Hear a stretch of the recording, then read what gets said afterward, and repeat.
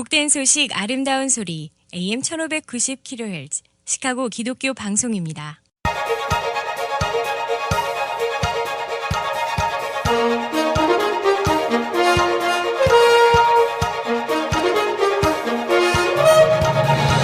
김정일 해설위원의 시사 해설. 세상을 넓게 봅니다. 삶의 지평이 넓어집니다.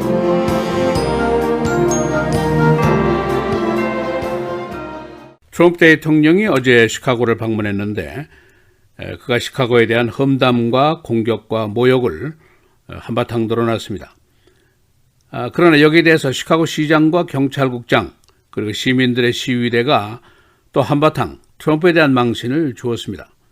이 시카고와 트럼프와의 악연은 꽤 오래된 겁니다. 그가 2016년도 3월에 선거 유세를 하러 시카고에 왔다가 시위대들의 극성스러운 시위로 쫓겨간 적이 있었고, 또 시카고시 의회가 그의 트럼프 타워 호텔 앞길에 명명됐던 명예거리 도널드 트럼프 스트리트의 거리 이름을 정식으로 표결에 붙여서 박탈한 적도 있습니다. 그의 인종차별적인 발언에 분개한 시민들의 반응이었습니다. 그러나 트럼프도 한 성질하는 사람이고 또 그의 뒤끝이 꽤 긴 것으로 소문이 난 사람입니다. 그래서 그가 여러 곳에 가서 시카고에 대한 악담을 셀 수 없이 많이 해왔고, 어제는 시카고에서 열리는 국제경찰국장 회의에 시카고 경찰국장이 불참하고 보이콧한 것에 대해서 분풀이를 하면서 경찰국장과 시카고를 모욕하는 발언을 잔뜩 늘어놓게 된 것입니다. 그래서 오늘은 어제 있었던 트럼프와 시카고의 모욕과 험담의 교환 내용은 어떤 것인지, 그 이유는 무엇인지, 또 시카고와 트럼프와의 악연은 어떤 것인지 알아보겠습니다. 어제 트럼프 대통령이 시카고에서 열리고 있는 국제경찰국장 회의에 참석을 위해서 맥커믹 플레이스에 들렸습니다. 이 대통령의 방문이었지만은 시카고 시장과 경찰국장이 트럼프에 대한 냉대는 이미 예상이 돼 있었습니다. 트럼프가 자주 시카고에 대한 악담을 했고, 특히 시카고의 범죄, 또 불법 이민자에 대한 Sanctuary City, 여기에 대해서 반감을 갖고 있었기 때문입니다. 그는 어제 경찰국장들의 회의인데도 불구하고 시카고 경찰국장 에디 존슨이 이 회의에 불참하고 보이콧한 것에 대해서 매우 기분이 언짢았습니다. 그래서 그에 대한 거의 개인적인 공격에 가까운 험담을 늘어놓았습니다. 트럼프는 그가 도대체 어디 있냐? 대통령이 왔는데도 안 나타난 이유가 뭔지 아냐? 그가 제 할 일을 하지 않았기 때문이다. It's because he's not doing his job 이라고 거의 개인적인 공격을 했습니다. 트럼프 대통령이 이어서 시카고는 창피스러운 도시이고 애프가니스탄이 더 안전한 곳이다 라고 시카고의 범죄를 다시 비꼬았습니다. 그리고 그는 시카고는 미국에서 최악의 Sanctuary City이고 존슨은 범죄자와 불법 이민자를 시카고 시민들보다 더 우대하는 경찰국장이다 라고 공박을 하면서 너의 그 가치 기준은 나의 기준으로 보면 망신스럽고 창피한 것이다 라고까지 핀잔을 주었습니다. 여기에 대해서 존슨 국장은 우리에게 더 큰 일이 있으며 나는 그의 태도에 대해서 더 이상 반응하지 않겠다. 부정적인 일에 얽매이고 싶지 않다라고 반응을 했습니다. 그러나 라이프 시장은 조금 더 강하게 반발하는 말을 트윗에 올렸습니다. 그녀는 트럼프가 시카고에 대한 모욕을 할 줄 알았고 무식한 어릿 광대 같은 짓을 할 줄 이미 알고 있었으며, 그러나 우리는 누구라도 아무리 높은 사람이라도 우리가 누구인지 또 우리가 웰커밍 시티라는 것을 모독하는 것은 용납하지 않을 것이다 라고 반격을 했습니다.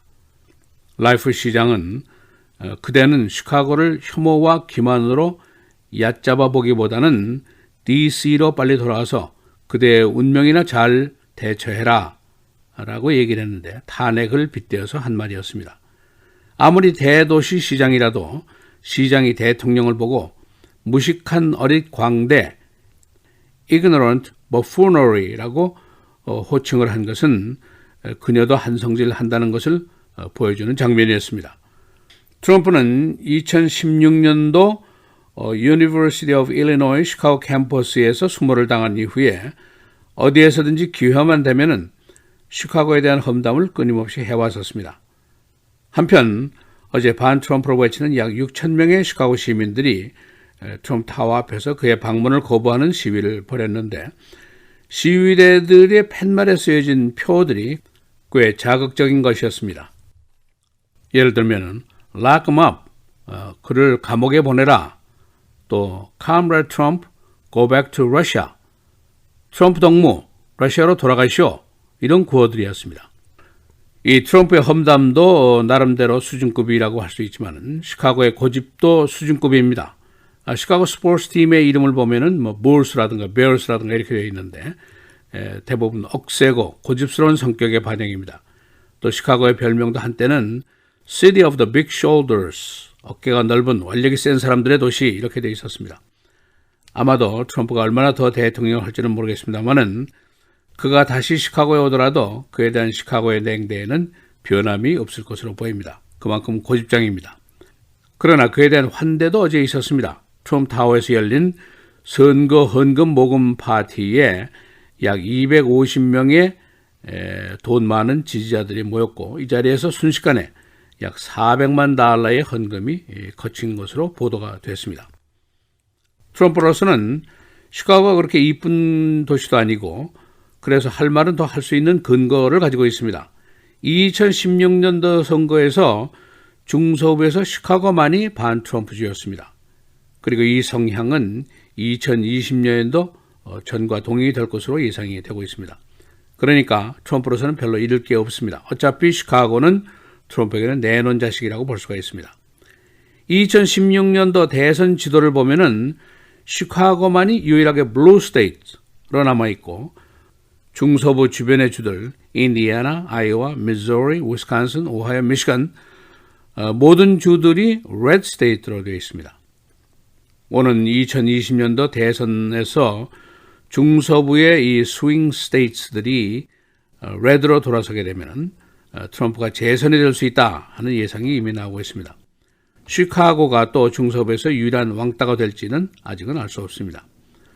어제 참석한 경찰국장들 대부분은 트럼프 대통령의 연설, 또 시카고에 대한 험담에 박수 갈채를 보냈습니다. 그러나 LA 경찰국장인 마이클 무어 국장은 반대였습니다. 그의 발언이 불필요한 개인 공격이었다. 대통령직의 품위를 어제 트럼프가 지키지 못했다라고 혹평을 했습니다. 시사해설 김재일입니다.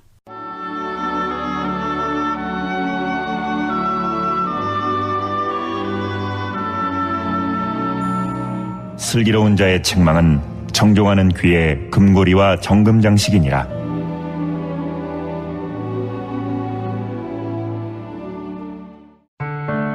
미디어를 통한 세계 선교를 꿈꾸는 KCBS.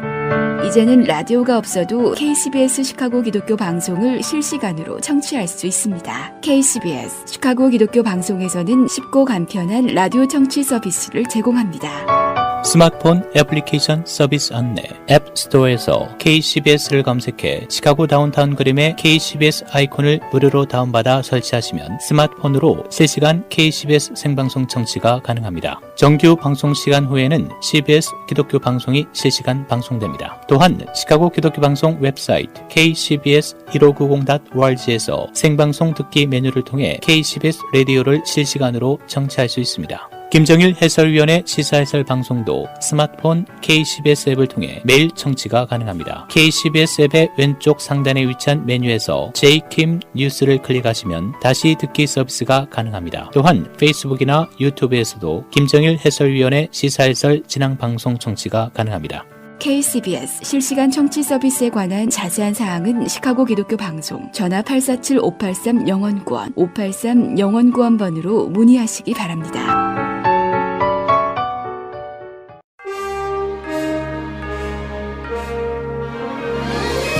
10월 29일 화요일 KCBS 헤드라인 오늘의 주요 뉴스입니다. 캘리포니아 대형 산불이 확산되면서 LA 부유촌에 거주하는 NBA 스타 르브론 제임스 등 유명 인사들이 대피했으며 북부 캘리포니아 와인 생산지 피해도 커지고 있습니다. LA 브렌트우드 지구에 있는 폴게티 박물관 인근 언덕에도 불길이 솟구치는 등 산불이 계속 번지고 있지만 강풍으로 인해 산불 진화에 어려움을 겪고 있는 것으로 전해졌습니다. 이번 캘리포니아 산불로 인한 사망자는 아직 보고되지 않았지만 와인 생산지인 소노마 카운티에서 한 소방관이 산불 진화 과정에서 중상을 입었습니다. 셔먼옥스 인근 405번 고속도로 서쪽 지역에서 이날 발화한 게티파이어는 LA의 대표적인 벨에워, 웨스트우드, 브렌트우드 등을 향해 확산되고 있고 수만 명에게 대피령이 내려졌습니다.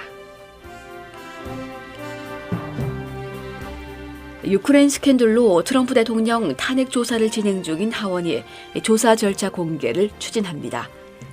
낸시 펠로시 하원의장은 어제 트위터를 통해 이 같은 내용의 결의안 표결을 추진한다고 밝혔습니다.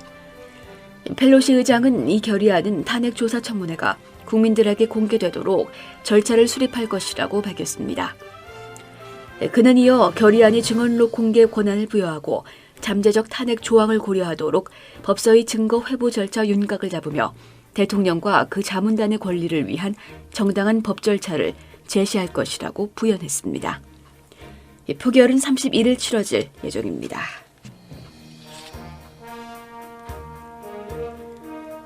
데니스 뮬렌버그 보잉 CEO가 737 맥스 기종의 추락 사고에 대해 보잉 측의 실수와 잘못을 인정했습니다. 뮬렌버그 CEO는 어제 상원 상무위원회 청문회에 앞서 공개된 서면 답변서에서 우리가 실수했고 잘못했다는 점을 안다며 지난번 추락 사고로부터 배웠고 여전히 배우는 중이라고 밝혔습니다. 보잉사 737 맥스 기종은 작년 10월 인도네시아 라이온 에어 추락 사고와 지난 3월 에티오피아 항공 추락 사고 등으로 모두 346명이 사망하는 참사를 일으켜 현재 운항이 전면 중단된 상태입니다.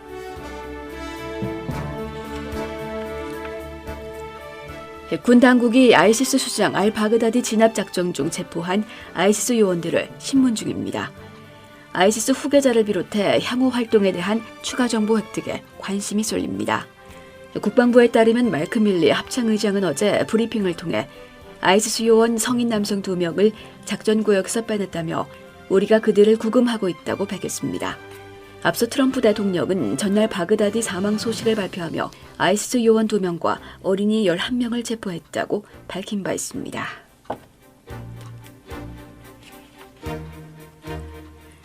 시카고 교사노조의 파업이 오늘도 계속됩니다. 시당국가 노조는 어제도 장장 16시간 동안 오늘 새벽 2시까지 협상을 계속했으나 합의에 도달하지 못했습니다.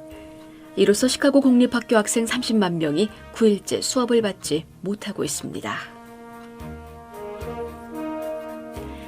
시카고 시청 예산구 간부 등이 부동산세 인상 가능성을 인정했습니다.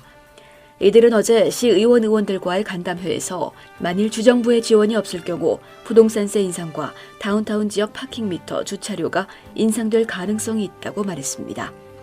시카고시는 내년에 8억 3천만 달러의 적자를 예상하고 있습니다. 시카고 컵스의 새 매니저 데이비 라스는 어제 자신은 우승을 목표로 잡고 있다고 말했습니다. 그는 시카고 컵스의 전 캐쳐였고 2016년 우승 시에 최고령 선수로서 홈런을 기록했었습니다. 그는 인기 TV 프로그램인 댄싱 with the Stars에도 출연했었습니다.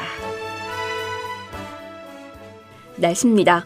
오늘은 흐리거나 구름 많겠고 늦은 밤이나 새벽부터 다음 날까지 비가 내리겠습니다. 일부 지역에는 기온이 떨어지면서 눈으로 바뀌는 곳도 있겠습니다. 오늘 최고 43도, 최저 35도. 내일은 대부분 지역에 비가 내리다 저녁에 기온이 떨어지면서 눈으로 바뀌겠습니다. 최고 41도, 최저 34도. 목요일 1에서 3인치의 눈이 내리겠습니다. 최고 36도, 최저 23도. 금요일 대체로 맑은 날씨 보이다 오후 들어 흐려지겠습니다. 최고 41도, 최저 31도입니다.